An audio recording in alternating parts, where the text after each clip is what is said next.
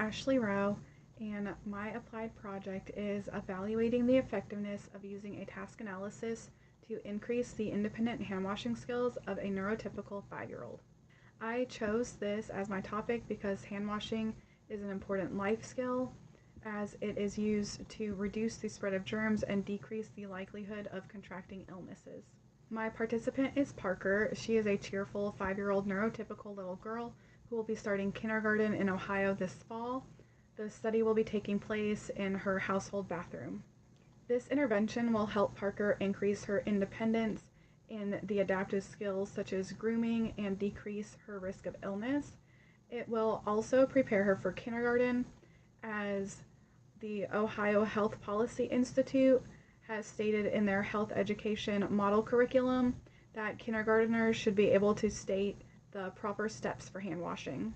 My research question is, does the use of a visual task analysis increase percentage of completed steps for independent hand washing skills of a neurotypical 5-year-old? There has been research done previously on the effectiveness of using a task analysis for completing different skills such as graphing accuracy, and there has been research done on increasing proper hand washing techniques such as using computer assistance for children.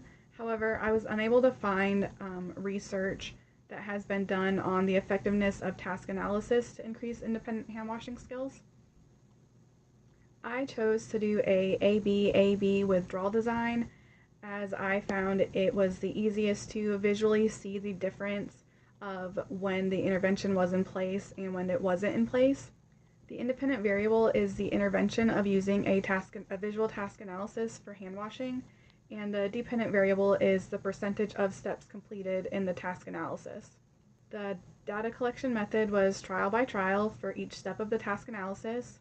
For baseline, we had the RBT observe her washing her hands after using the toilet for the first time that day, and the RBT would consult the task analysis for each step of the process. If Parker independently completed a step, the RBT would mark yes in the section under did the client independently complete this step, and if she did not, the RBT would mark no. If Parker skipped a step, it would also be marked as a no.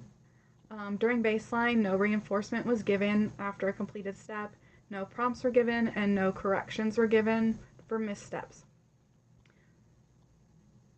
For the intervention, the RBT would put a visual task analysis for the hand washing steps on the mirror above the sink where it was visible to Parker.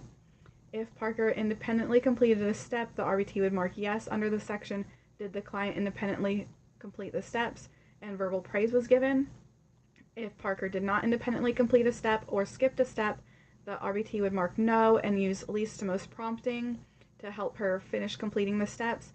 And then once the hand washing task was complete, the RBT would give her an edible reinforcement of an Oreo. As a result, you can see an increasing trend when the intervention of a visual task analysis was in place. The average percent of completed hand washing steps during baseline was 43%, and when the intervention of having a visual task analysis was in place, the average percent of completed hand washing steps was 87.5%. The results of this study show that a visual task analysis is an effective way to increase Parker's independent hand washing skills. Data trends show that with further intervention, mastery criteria could have been met.